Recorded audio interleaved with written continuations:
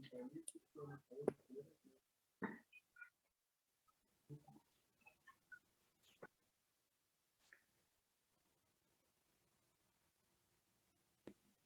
can start, Chantal.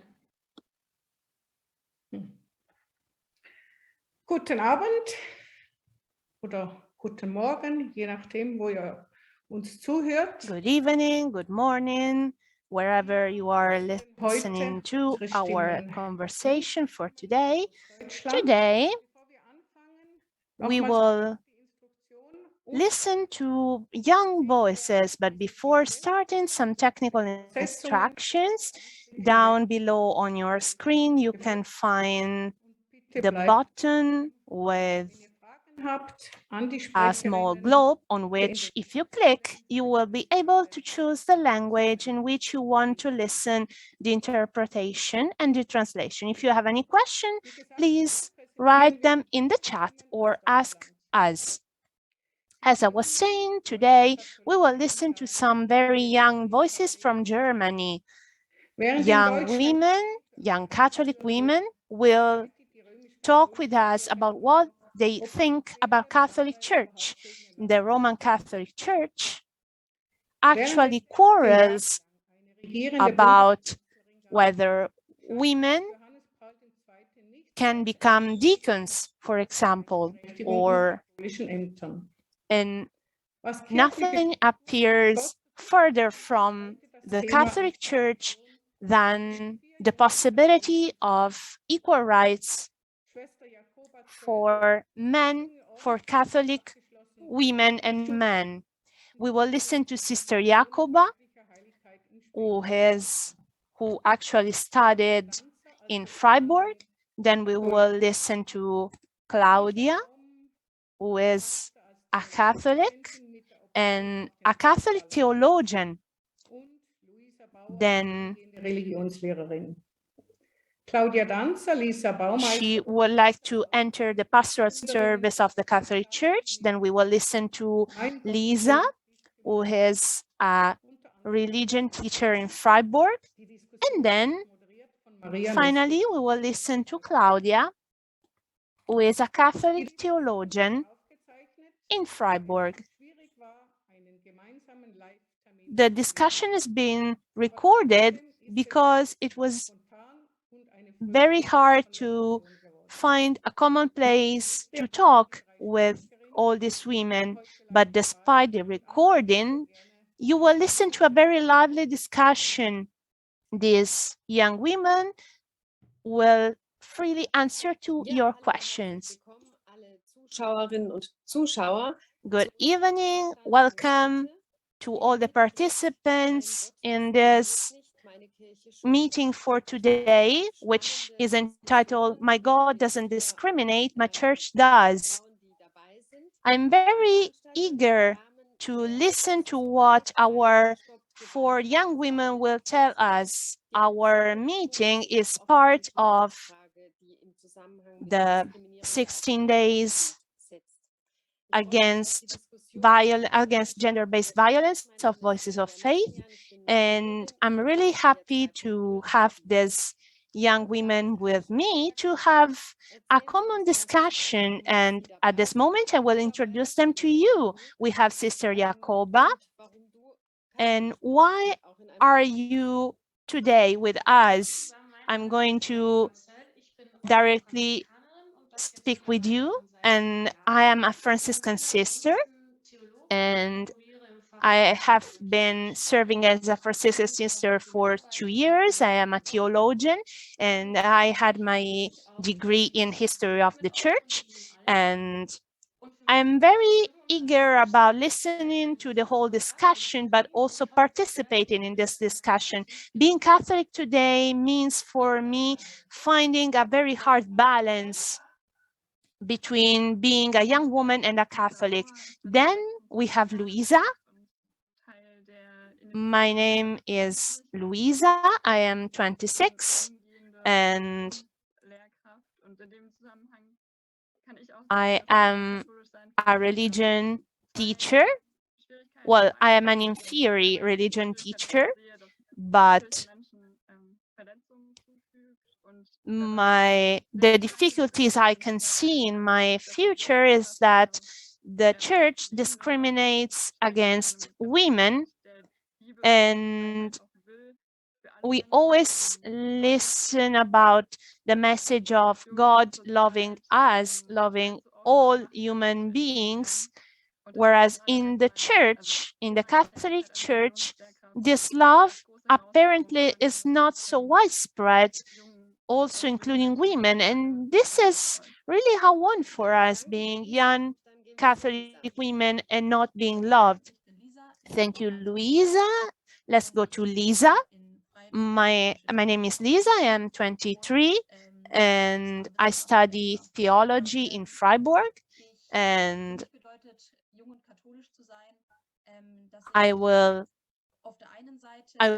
write my degree in science of religion. And on the one hand, I grew up in the Catholic Church and I was educated on the base of some values, but there are some problems I can see. And I really can see that in my society, the values with which I was raised up are totally different. And I want to continue working in the Catholic Church. I want to pursue these values. And I really can't see what other direction I can take, but I noticed that the very structure of the church is discriminatory. And this is a crucial part of the Catholic Church. And so it's very hard for me to go ahead in some objectives and some projects. And it's very hard to defend a different image of the God, different from what we can see in the Catholic Church. And so I'm still trying to understand where to go. Very good. So last one is Claudia. My name is Claudia Danzo. I am 29. I'm a theologian, and I'm about to have my degree in fundamental theology. And also for me, I can see what Sister Jacoba said. It's very hard to find a balance in this peculiar context. And I have difficulties in going on well with the values of the Catholic Church today. So being a member of the Catholic Church, but also seeing this discrimination and all these problems concerning our values. And ever since the great study concerning the abuse in the Catholic Church, I really realized that there has been a great change in values and a different attitude. And I must wonder, how can I educate people, the people with whom I am in contact? This is a great challenge. And having this commitment is a great challenge as well. Being Catholic and sending out these values is very hard. And as a young person, I always wonder, am I working in a place that still can have a future, or am I working in a place which is going to be bankrupt? I am trying to collaborate, to work in favor of our and my congregation, my generation, hoping that it will not be the last in the Catholic Church. Well, these are very important and pivotal statements for the next 40 minutes. They are going to be very important, actually.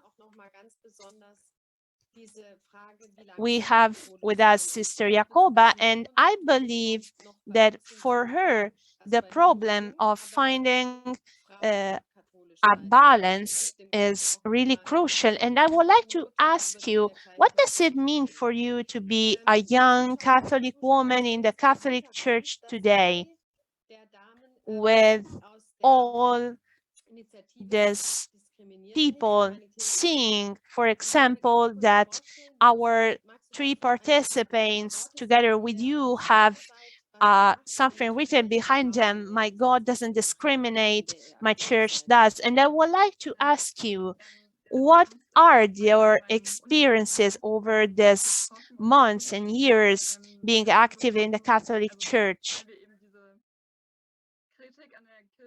Well, since this critique to against the Catholic Church is a very important element in our discussion,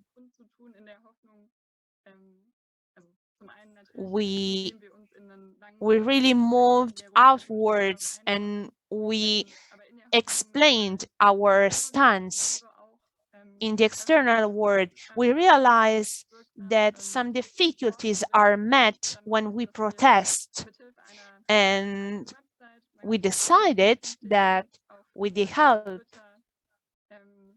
of our website, mygoddiscriminate.de. Well, this is that is going to be the German website.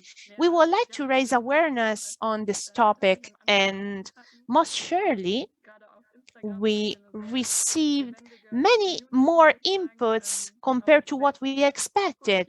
And we can say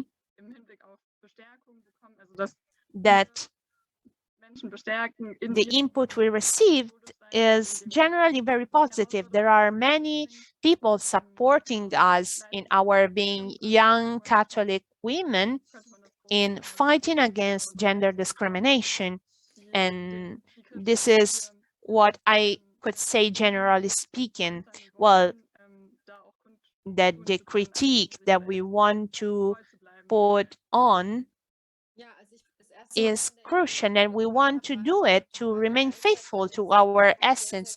Well, the first time I heard about your initiative, I was really interested because you really planned something very good. You planned it in a really good way, and you are really great girls. And Sister Jacoba, I'm always talking with you in a very formal way, but we had decided to speak informally. Well, I participated in a discussion where you were the moderator and you were speaking so good. And how do you work in the academic context? How do you perceive your action in the academic environment? And how do other students relate to you? Well, this is really interesting because many say, well, you can really see what you think in your face, and they believe they are able to understand everything about me just looking into my face. And most students have some very precise ideas and opinions concerning people working in theology inside university. And they say, well, sisters are religious women who most normally pray and deal with some not very well-defined things. And this makes me laugh, actually. I find it very funny because I have the impression that there are very strong biases and prejudices in action. These prejudices are very rooted, and we should actually eradicate them. And I say to them, well, listen, I'm a very normal person. I have fun, I laugh, I do many very normal things. And well, maybe not always is so easy, but and this is because everyone knows that, well, when you have to work with people with a lot of prejudices, thinking about sisters as old-mannered women, it's not so easy. Well, over the centuries, the church showed how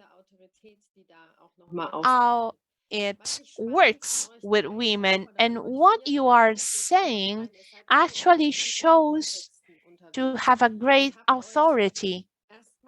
And the most interesting thing is that you work in completely diverse contexts. And my question is, why did you decide to choose this path? And do you work in three different areas: the pastoral, theology, and teaching. And what are your feelings? Do you fear that your mission is not acknowledged? Or or do you fear that you would have to face some challenges, for example, concerning abortion? And most certainly, we need to say that among priests, we can most easily witness to a form of authority of priests against sisters or women theologians in many contexts. And what was your feeling? Well, my feeling was positive, actually. And many things. Well, I would like to say what you study in theology is not cannot always be seen in real life. It doesn't actually mirror real life, and it's hard to have these concepts acknowledged in reality. And if we want to eradicate discrimination, it is necessary to modify the structures of the church. And I hope that this can be the case in the very next future. And most certainly, it would be nice that in the coming future, women will not have any difficulty in being acknowledged and in having the same rights as men, being acknowledged in the role of theologians. And most certainly, as it was already said, we must first understand what will be the necessary change, because in the background we have the question, well, we probably are fixed-term Catholics. Well, there are some situations actually which resemble the academic university, and maybe a boss working against you. And well, much depends on the stances of the person who works with me and who is my boss. But I believe we could actually talk with our co-workers and trying to define together an image of man and of the faith in God that is really coherent.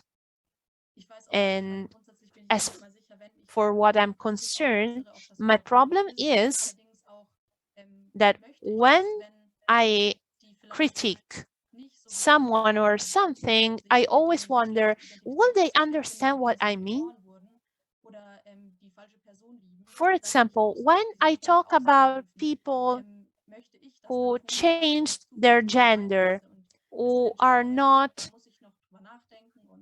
the same sex, who are not in the same gender in which they were born, they are actually approached in some specific ways, but they also need to be acknowledged. And there, I still have some doubts, and I'm not sure about whether I'm able to manage what the church says and what I see in my reality, because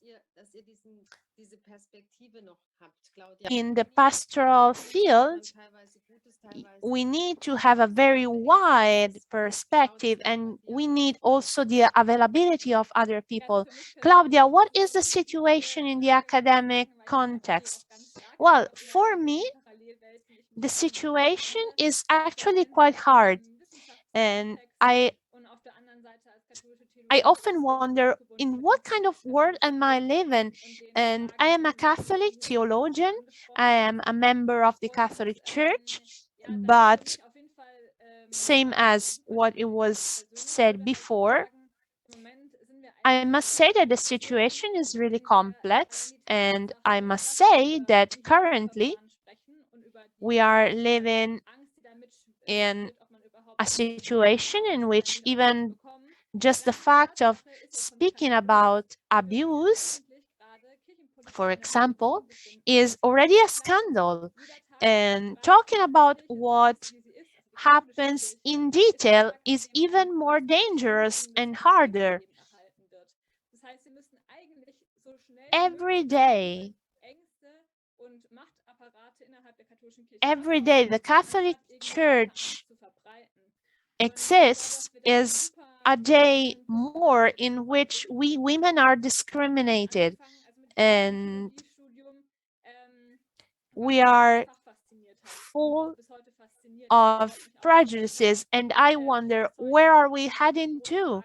And I was fascinated by theology, and I decided to study theology because I deemed it as a very important topic, but I really wonder what is the meaning of the church today. And you really said something really crucial, because growingly often we are faced with fear. What are your experiences in this context in the Catholic Church? Sehr viele, die sich Well, die Religion nur als Drittfach nehmen oder sich auf jeden Fall auch als I believe, and I came to know many people who chose to study theology at the very beginning, and then they also had a plan B to resume to, but there's also the situation of working in the university, but then the lectureship processes are not very transparent, and there is corruption, and there are some problems also. And the very fact of having to submit to what a bishop says is not very easy, and there are contexts in which you can really perceive fear of the future. Sister Jacoba, do you know something about your context? Well, as far as I'm concerned, this is a very important topic, and I actually meet it very often in my work. The academic career actually depends on the bishop, and this is something that I find really sad and terrible. I experienced uh, the moments in which, if you have an important position, you can really achieve your objectives, and then you can really speak up and do what you want. But this is very sad, and this is my experience as well. Furthermore, I also experienced another situation in which someone said to me, well, why are you protesting? Why are you protesting? Can you do it? Are you allowed to? And I have the feeling when I listen to these peculiar definitions being created, that there is a sort of censorship in the background, and I find it horrible. I decided not to have fear anymore concerning these elements. Well, this is not easy, actually, and I often ask myself some questions, because my decisions influence my working career and my life. But I believe I'm not the only one who lived this kind of experiences, and I can't say if I will be able to face these problems or if I will be overwhelmed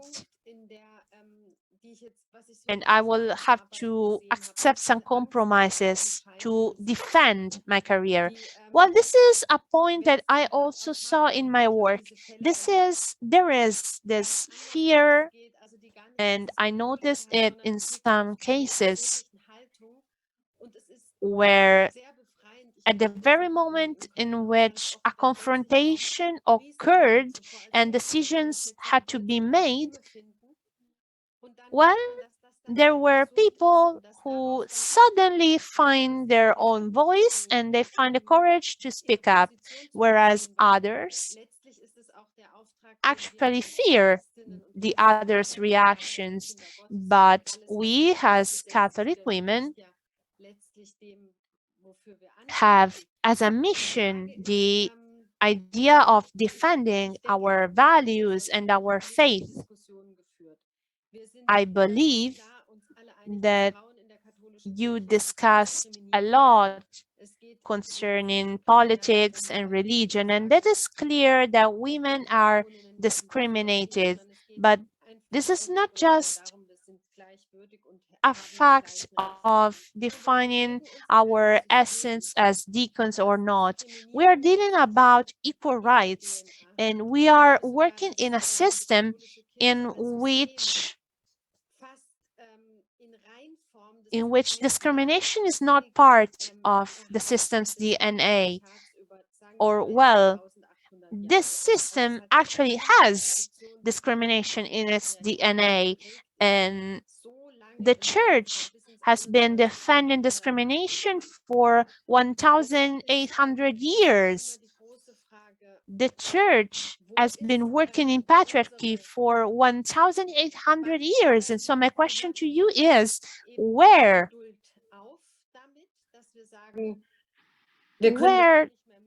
does our patience go? Our patience go as patience run out.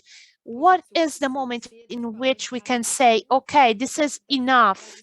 Where and when should we take our stance? And I would like to ask it to you because I feel that you are available to defend our rights, always knowing that the final solution is not certain. But I also wonder, how will we be able to keep this balance?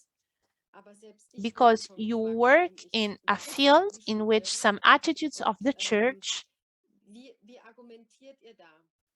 are not so present as in my generation. What is your feeling? Well, I'm going to start, and this is the most difficult question.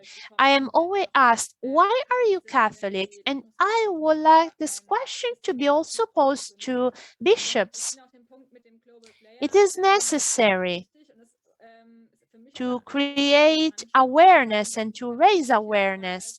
And on the other hand, I also see the church as a global player, and the church working as a global player. When we ask it to change something, it should respond as a global player. We should understand the measure in which we are able to relate to this global player, but we have gone up to a point in which there are many levels in which this problem was faced. And in 2011, I started studying theology, and I noticed that there is a greater awareness concerning this topic. For example, we have been talking a lot about obedience. This is a question also of awareness, but we can also protest by taking up disobedience. We must be we must embrace a critic-based approach. For example, we need to ask everyone to access ministries and the various tasks in the church, but it is necessary to change in our attitude. And I would like to say that for decades, we have been committedly working on women deacon, and these women are an example and a model for us. But as we said also with Claudia, we need to understand what and when we can take action. But if we are active and we don't allow curtain to fall, we will be able to do something. And yes, I believe that at a personal level, we really should promote hope and giving hope to those who want to take part in our movement. And I would like to add, when people ask me, how are you able to continue being a sister and defending the stances of the church? I answer, well, the system of the Catholic Church allowed me to find my vocation, my God. And the vocation which linked me to God is the pivotal point. The Catholic Church gave me an opportunity of living in concrete this peculiar experience, but being Catholic doesn't actually mean first and foremost to live inside very specific structures. It means to have, well, a form of specific faith and being able to realize our mission. And working here, I need to commit for my God and for the community, and then for the Catholic structure, in which I need to learn how to live as a member of the Catholic Church. Well, this is a perfect description, I believe, and I believe that it actually is able to catch the grips of what is the very question. Well, we really need to address the system, a system in which actually discrimination and abuse are still perpetrated. And it doesn't take any correct action.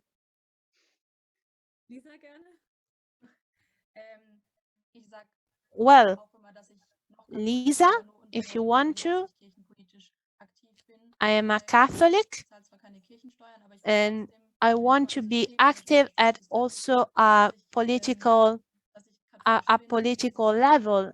I am part of the system and I want to support it because I'm part of the system itself.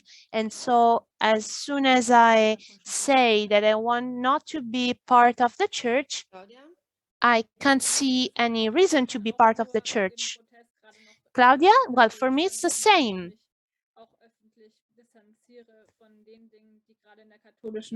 Kirche schief laufen, weil ich einfach ein politischer Mensch bin und das von mir einfach eine Frage ist, wie ich das sonst von mir rechtfertigen könnte. Ja. Aber das ist da, also ich sehe da keinen Gegensatz drin, sondern kirchenpolitisch aktiv zu sein, heißt ja für mich auch katholisch sein. Also. It's not a contradiction. It means being active, politically speaking, because, that's the meaning of being, Catholic in the first place. So through this initiative, we found a kind of way of being genuine as we imagine church in the first place, and now we can transmit faith in this way. Hence, this initiative gives me and gives us the whole possibility of being Catholic as we mean. That's the main core of this initiative.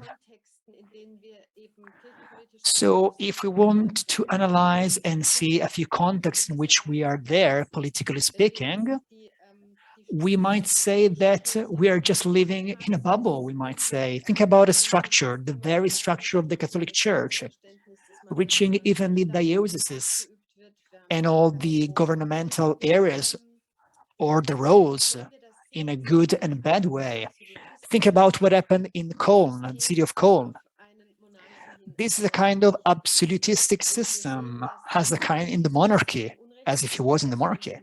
So we see that within this framework, we see a lot of injustice, a great deal of injustice, with people really hurt deep down inside. So that's the question I've been asked. Which are the means we might use outside our bubbles, this kind of, comfort zones, by activating and being very, present among this church? We can realize there's something wrong, something not working properly, even though we pay taxes for church. And a very important thing is that the Catholic Church is one of the greatest employers in Germany, even though it's discriminating nonetheless. So I ask myself, shouldn't be more active, politically speaking, especially when it comes to addressing our society, to speak freely about that. Of course, as democratic women, we have some criteria to meet. Our constitution, things that are quite obvious, things that should be applied even within the Roman Catholic Church. Or do you think that these things are not really taken into account, or maybe are separate worlds? Well, honestly, how much political can we be as Catholic women? This is truly a political issue because, the message we are conveying has something to do with justice. So we have to commit ourselves, not only for us, but even for our sisters, for all the women like us.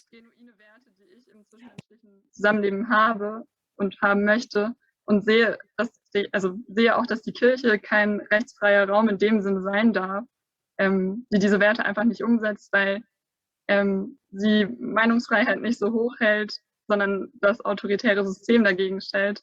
Mich ist es ein ganz wichtiges Element, da vielleicht den gesellschaftlichen Dialog zu suchen, aber eben auch den innerkirchlichen, weil ich das Gefühl habe, dass der gesellschaftliche Dialog schon sehr im Gange ist, wenn man sich anguckt, wie viel Dokumentationen im Moment über das innerkirchliche Leben gerade auch schon ausgestrahlt werden. Also es ist ja ein gesellschaftspolitisches Thema. Inzwischen würde ich sagen, noch mehr. Und habe eher das Gefühl, dass sich manchmal die innerkirchliche Debatte nicht mehr darum dreht, sondern so ein bisschen um andere Themen dreht. Und I would like to have this, of course. Yes, dealing with other things, of course. So within the church, we should be focusing even more on these themes. Do you think that, considering the pressure of our nowadays society, something can truly change among the church? Well, actually, our society and the church are intertwined with each other. A very important thing to say is that we have this big player, this very influential player being at the church, because, church has privileges in our society, maybe something we granted it. And I do believe that we have to find the debate, the dialogue, putting into practice all we know and modernize many of these rules we are still using. Well, it will pose a kind of difficulty as a threat, but we have to keep the dialogue alive. That's the priority. What do you think about that? To what extent can we say that politics and the state can impact on church in a kind of favorable way? Or do you think it is quite unlikely to be done? Because, you have to think that churches, as a kind of bodies, private bodies, are just, on their own. Well, it is true indeed. Society has to take steps and take action, against these abuses and harassments. Church doesn't have to be a closed environment, a standalone one. These are intertwined. So the state does have the responsibility to act promptly and in a favorable way, so that these structures might be modified in the future.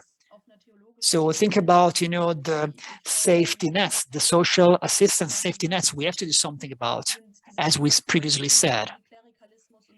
These are the very structures, okay, which favor the abuses in the first place. However, just seeing them collapsing is not easy, because they always think about God and people made like God. So even people have these responsibilities to intervene in this way.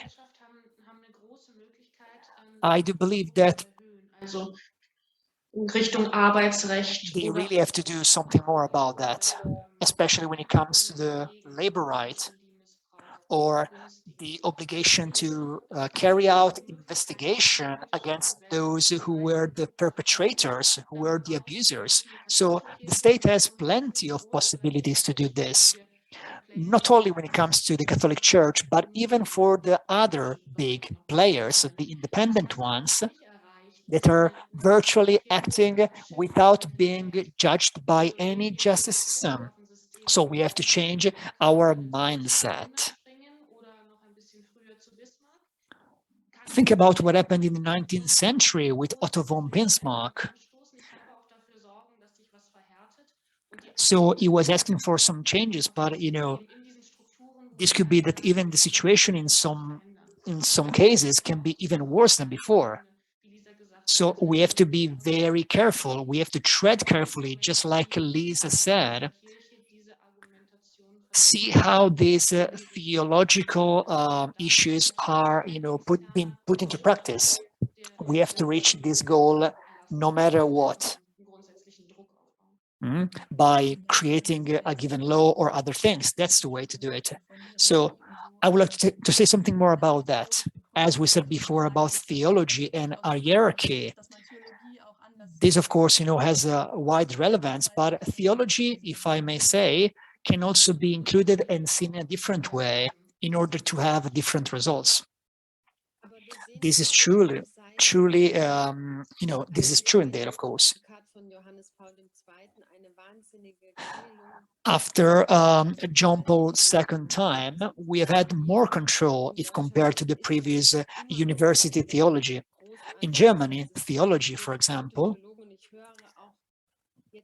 it's still taught to young people, and many great and decorated theologians are being very, active about this, discussing this.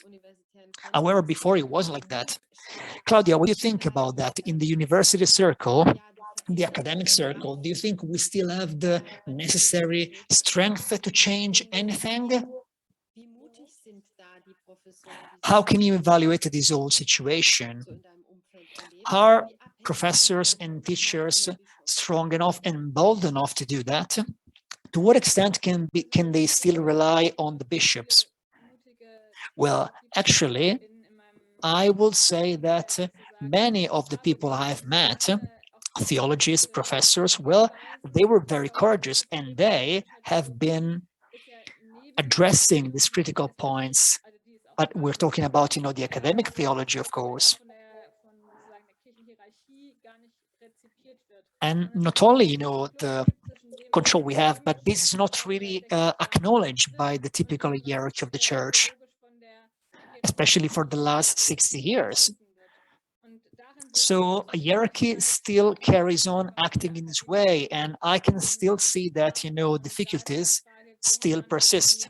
And when it comes to the academic theology, there's no other thing we can do. And I would just like to say that we can still do more if we change the previous system.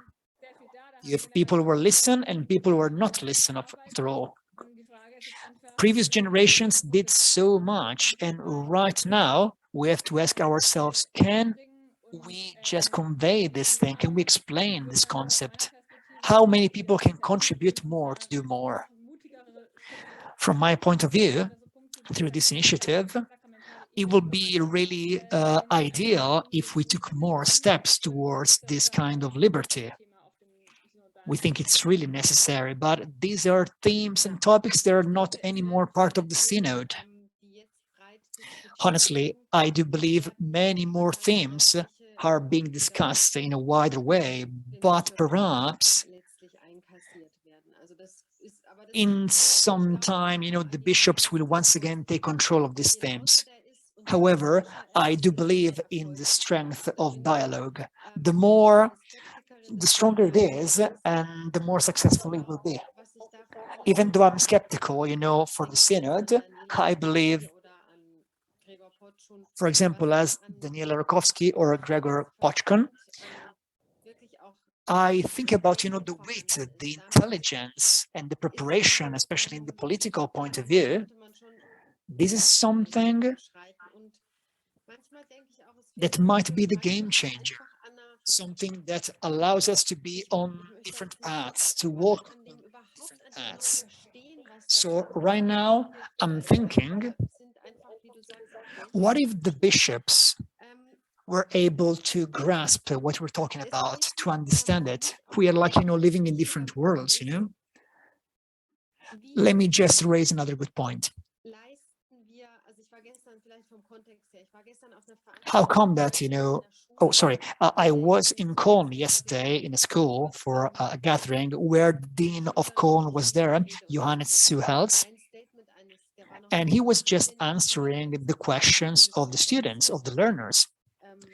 A student who wasn't even 18 years old, he said he was raised in a Catholic environment, and right now it was fearful, considering the current church situation, to still have his faith.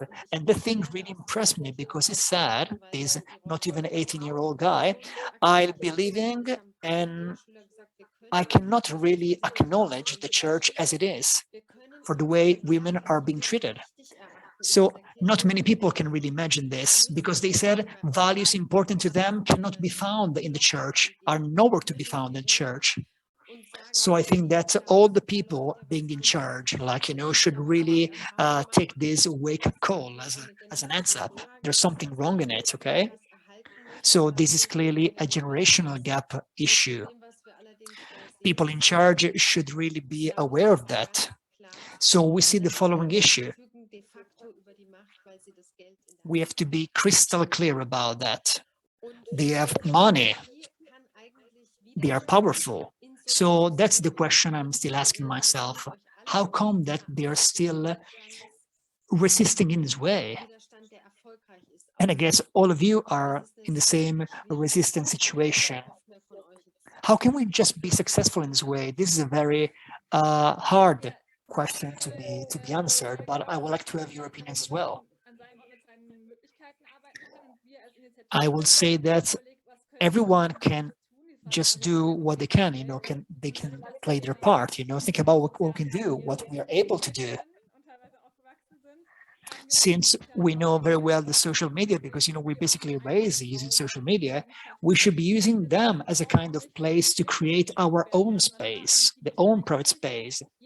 It's something we do not have to underestimate, mind you, because, the digital church idea, going beyond the traditional, structures, well, we still have it. We have to share the same values we've been, having so far. Imagine the anthropology of the gender binarism, for example, with all the Christian values. So we have to just break through this, and we have to blatantly say that we have to do something, okay? We have to see what we still have in common with church. This is right there in our hands, and it's a quite simple thing for the empowerment of the women. Nobody can intervene otherwise. This is basically what we can do, and we can do it. We have different ways to do it and to achieve the result. We can pray, as the women here have arranged together. We might say that our very space, our autonomous space where we can live our spirituality is there, right there. So just outside the typical diocese, place, we can achieve it. So it's a kind of wild jungle, but it's a growing wild jungle. If compared to the people in charge that are quite lifeless at the moment as we speak. So I think that this is creating a bit of anarchy, but it's not always so bad if you think about that. Again, resistance. So Luisa, I would like to ask you, what would you say when it comes to resistance? I honestly think that it's about using these places or getting the most out of these places, in the hope to have something better in the future, because other spaces have a very strong voice and we have to listen to all these places, as the digital one indeed. Okay, we mentioned before, think about young people. This is the new reality, okay, where we can reach a great deal of people to convey our message. So we honestly hope that bishops sooner or later won't turn a blind eye on that, and they are just aware of what we are and what we're saying. I think that all of us in the place we are in might find our own place and do something about. We are not church, we are the very bottom of it. We are the foundation of the church. Bishops, after all, they are responsible in the first place. And in my opinion, they even have some duties when it comes to us. So we have to just carry out new topics on this. For example, think about that. When it comes to ministries, Jesus was a man after all. And for the apostles, okay, he was just a man, but he was a great man. So what kind of topics are these? Can we perpetrate this in a different way? This is not really necessary. And when it comes to resistance, it's necessary to create alternative possibilities, just, intertwining with each other. As regards the synod, we have to take into account the possibility of having young people contributing with their perspective and new, freshly ideas as the women, okay? Since, the bishops haven't discussed about that yet. So it is quite useless, being defiant and being resistant when the situation goes on like this. We have to bring about these topics, okay, these dialogues, as to clarify which are the real ones we have to discuss. All the theological concepts we have to discuss. This is truly paramount. Maybe dare I say it's the most important one, to being resistant. It's not a dramatic thing, but it's important. It's like, a stumbling block. After all, these are people we are dealing with, and we have to say, can it work? Is it able to just work? However, there are some people who are able to keep this balance while living happily. So that's the most important stumbling block for me. I think that you, for young women, really said it. And I would like to just, demonstrate this with our example, with all the people with us, to be supporting each other, to be encouraged. So that's the meaning of being Catholic while being also clever, living in the world we live in. Even though if your neighbor lives in a different way, we can be Catholic and we can be women, so it works. I think that honestly, this is the most important thing for me, okay? The most important form of resistance. Well, actually, these are great, amazing words, Sister Jacoba. because, you know, it really urges us to be responsible. After all, we were born Catholic, and we just noticed that we had precious teachings from this. And just, you know, judging this as a kind of Jesus-based feeling, reflecting especially injustice,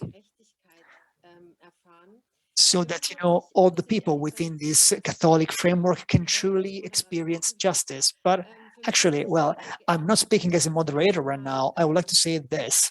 I really like when the first time I met victims of, you know, sexual harassment and abuse, and that moment was very incredible for me. It was like, you know, a brave new world, which changed my perspective. I was quite mortified because, you know, as collectivity ourselves for way too long, and which with too much silence, we've been silent for decades, just fighting this battle among the church that is not even considered in the first place. Over the last 2 or 3 years, having this study carried out in Germany, focusing on this situation, I will really be supporting this, you know, as a responsibility of, you know, women as Catholic. We can still find justice for these people. So I think that we should be pressuring even more, as you said briefly before, shortly before. With these very structures, church still favors the abuse, this unconditional, you know, power. And this is not right. Because, you know, people are still being subdued, are still being abused. So we have to indicate and find these bad events. We should never tire.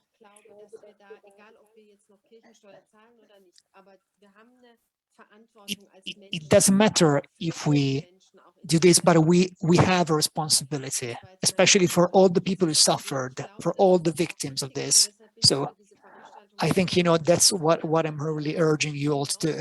And again, it's a paramount thing, because today we have really analyzed the whole situation outside from another point of view, here online. And what really fascinates me the most, for example, the right-wing authoritarian places, you know, they are just criticizing us in a different way. For example, some revolutionary forces, you know, they often are offline, so they are not using the social media as much as they should do. Well, we could really and clearly do more. Honestly, I've tried my best when it comes to the digital world, because, you know, it can help us a great deal. Well, we cannot, you know, question this as a kind of universal church concept. No other woman in the world wants to be oppressed or abused. So Catholic Church shouldn't be like acting backwards. The church should respect everything. So we really have to consider, you know, the church as responsible, okay? And to act promptly in compliance with the values, with the real message. As we can see, you know, the status quo is basically everywhere. So we are reaching the end of our, you know, meeting. Just one more question. What would you do right now so as to make a decisive step towards the change if you had the power, the real power in your hands? Sister Jacoba, what would you do? Honestly, I think that no other power would be necessary. I will just, you know, remove fear, no more fear. I would like to see that fear is not so necessary. Only God is necessary. It's not like a utopia, but I would just like to see fear outside, no more present in our church, just to make Catholic women aware of what they are able to do, their abilities. What about you, Lisa? Well, actually, I would like to introduce new structures mirroring the plurality of people and their diversity, so as to to see our knowledge there as well. That's all, like, What about you, Luisa? It's a very hard question to answer, but you would need to change so many things. I think that, first of all, what's more important is that you have to better comprehend how people are within the church, as the LGBT community, or people who were abused, or people who have like a gender identity that is not wrong, that is wrong, sorry. So that's what I think as a possible thing, always within the church. Well, so it gives us more time to, reflect about. Claudia? I will just make the church more committed, has to apply the democratic principles to make human rights there, even for the non-Catholic people. But there will be really a great final, sentence, because, we'll be talking about human rights, very soon. These human rights have to be valid and universal for everyone, because it's not possible that Catholic Church doesn't apply properly among their structures. And this church should be both internally and externally present. So thank you once again for your contribution. It was a great event, and gathering, talking with all of you. A very lively, discussion, and I'm quite enthusiastic about meeting you once again in other events. Thank you, Voices of Faith, for this possibility you've given us. Thanks to the audience, the spectators, for being here with us. So I wish you so much liberty from fear, and an Hannah Arendt quotation: "No one has the right to obey."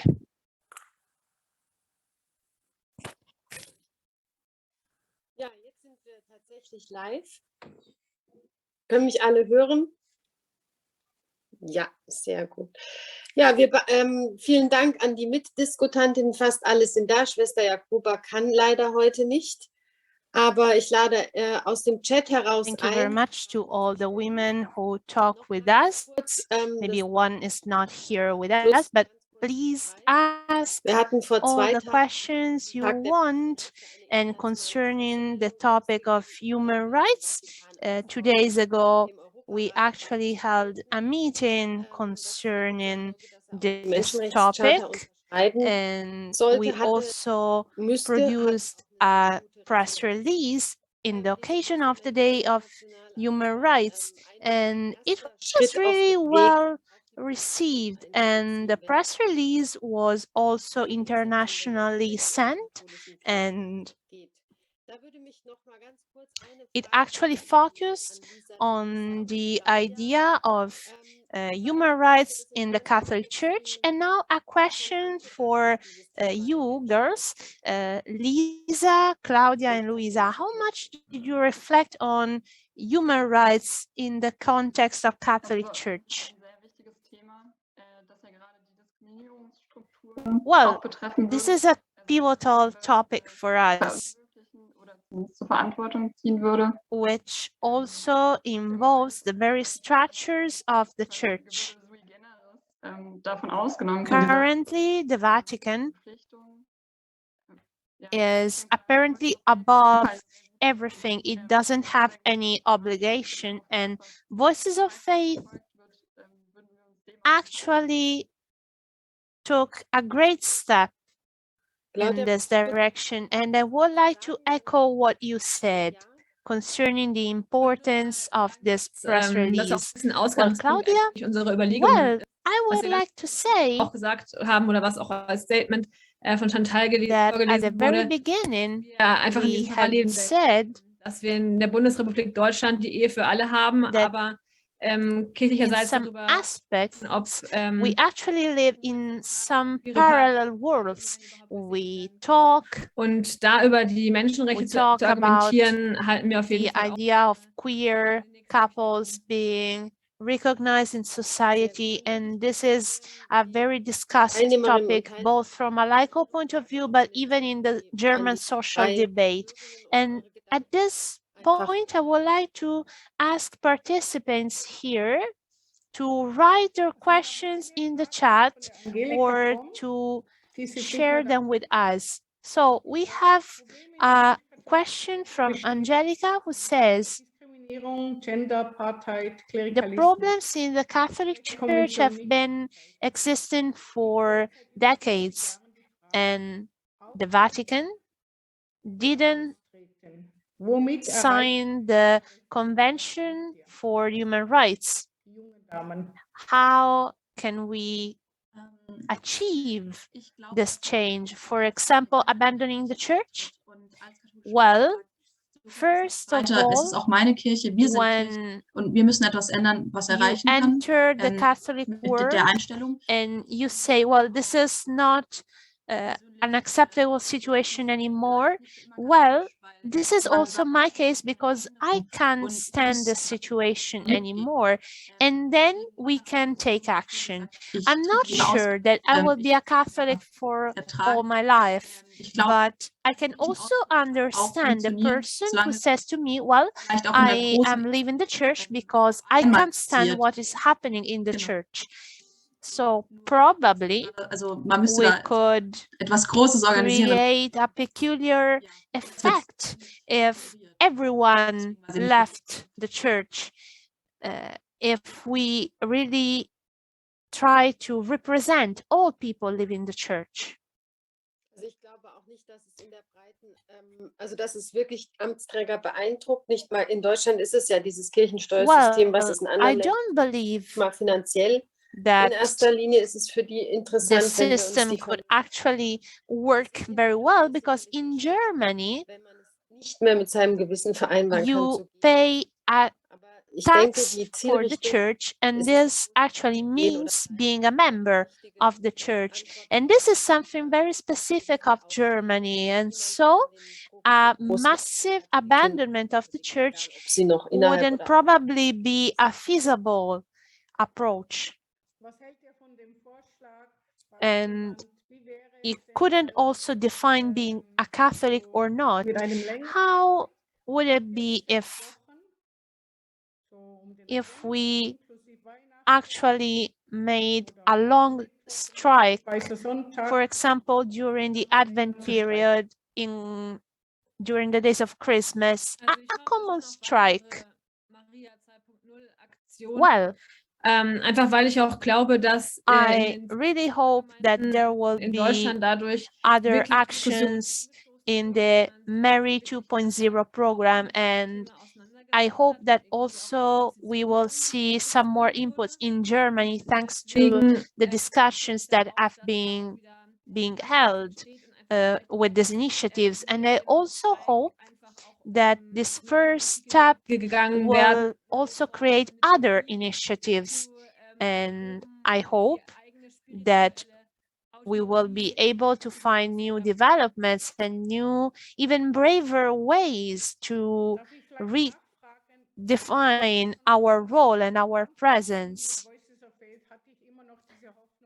Since the very beginning, I hoped that one day we had 250,000 women in St. Peter Church.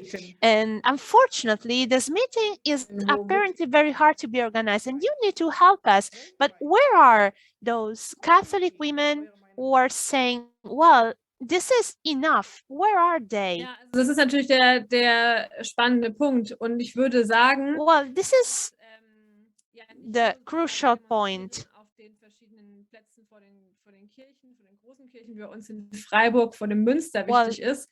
It is not useful to protest in front of the great churches as it happened in Freiburg or in other contexts. We really need to rediscover our spiritual environments. We actually started a process online exploiting the social media and also trying to reach out to the digital church,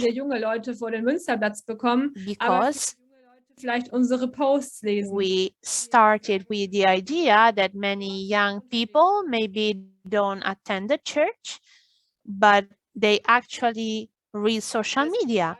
Berechtigt. Ich frage mich tatsächlich, wo ist die Masse an Katholikinnen und Katholiken? Wir haben in So the Deutschland question is truly justified. Where can we see the huge Catholic women masses wo wir sehen, dass dieses System seit Jahrzehnten which Menschen take a position, a stance, as far as the abuses are concerned, as the feminism one, and all these matters. sondern ich frage mich tatsächlich, wo ist die Masse, die This Maria 2.0 is not enough because, it cannot do everything on its own. dass weiterhin Vertuschung stattfindet. We really need to acknowledge that this system still allows to have the injustice perpetrated because, there's no acknowledgement, no recognition that is proper. Großer Zahl, die fehlen einfach. Kind of even, recognition of the whole thing. Ich denke manchmal, man kann das auch mit der Umweltbewegung vergleichen oder mit dem Einstehen Well, I do believe that to some extent it might be compared to the climate change movement and protest. At the very beginning, from the get-go, this movement started like in a very limited way. More time was necessary before we realized how booming that would be, and abruptly something just highlighted it. And so everybody now talks about climate change, and the climate change is getting the attention it deserves. So basically, we hope the same thing will happen to us. Facilitate the transition to awareness so that one day we'll have a global response. As regards the question, where are these? My idea is the following. Increasingly fewer people are really caring about this topic because, they think that Catholic Church doesn't concern their lives. And there should be like, a problem that goes like beyond the church itself, even politically speaking. In Germany,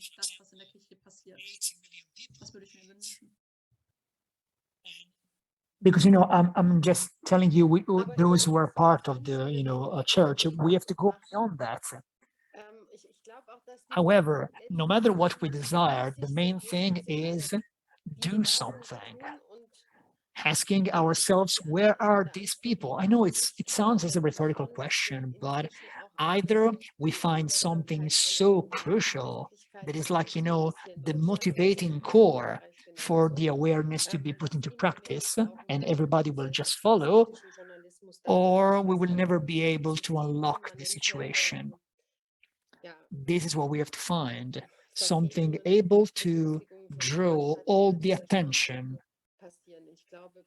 on these abuses, on this discrimination, and so on and so forth. If Catholic Church does not accept to compare, to just being judged about that, it's going to be tough, very tough. Well, now we are reaching the end of our gathering, almost conclusion. I thank everyone here, Lisa, Luisa, Claudia, Jacoba, and of course Maria, for their incredible and remarkable contribution, because, the discussion was very lively, very stimulating indeed. These 4 young Catholic women really makes us hope. They make us hope, and we hope that, their work will just be really acknowledged by the many, globally speaking. Let me just remind you the meeting of tomorrow, our gathering for tomorrow. The last one of these 16 days against the gender-based violence.